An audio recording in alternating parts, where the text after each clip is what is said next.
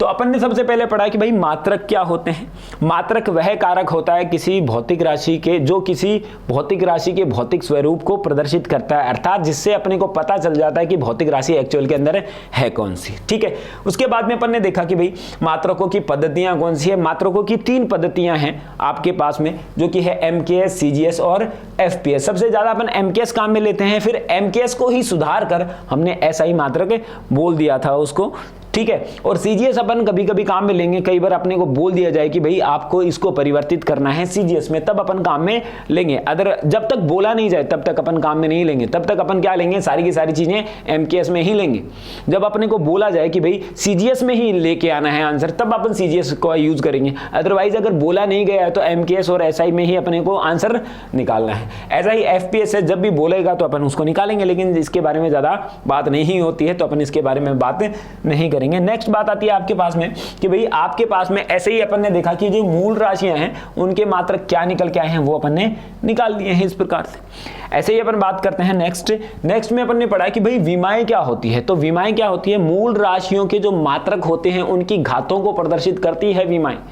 ठीक है, क्या बोला, सुने एकदम कान खोलकर ऐसे करके, कि मूल राशियों कि जो मात्रक होते हैं उनकी घातें होती हैं विमाएं। तो ये अपन ने जिनको प्रदर्शित किया जाता है MLTAK, है ना, इससे प्रदर्शित करते हैं। तो जैसे कि अपन ने एग्जांपल बताया, केजी है तो केजी का 1 आया, तो यहाँ पे M1 शो कर दिया, यहाँ पे मीटर स्क्वायर आया तो L2 आ गया, यहाँ पे इस प्रकार से सारी चीजें अपन ने पढ़ी हैं। और उसके बाद में अपन ने पढ़ लिया कि ये और भौतिक राशियां लिखी हैं जिनके अपन ने सूत्र लिखे हैं, सूत्र के साथ साथ में अपन ने क्या लिख दी, ये लिख दी। क्योंकि अगर ये नहीं होगा ना भाई, ये अगर नहीं होगा ना तो ये तो मैं भी नहीं लिख पाऊंगा, क्योंकि मुझे सूत्र मालूम होने चाहिए। तो सूत्र मालूम होंगे तभी मैं उसके मात्रक लिख पाऊंगा। ठीक है कि नहीं।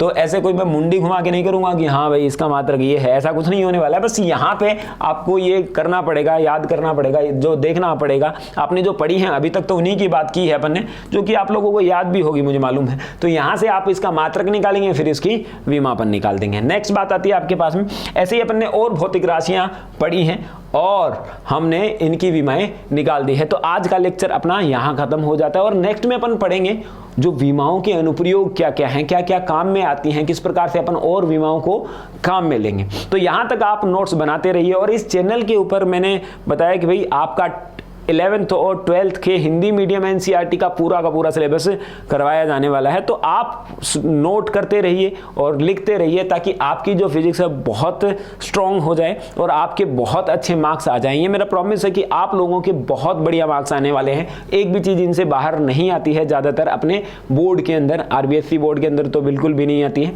तो यहाँ पे अपने पास में ज़्यादातर चीज़ें आपको यहीं से मिल जाएंगी। तो आप कॉपी पेन लेके नोट करते रहिए और शेयर और सब्सक्राइब कर रहे हैं। तो चलो ये भी कोई बोलने की बात है। तो चलिए, thank you, have a nice day.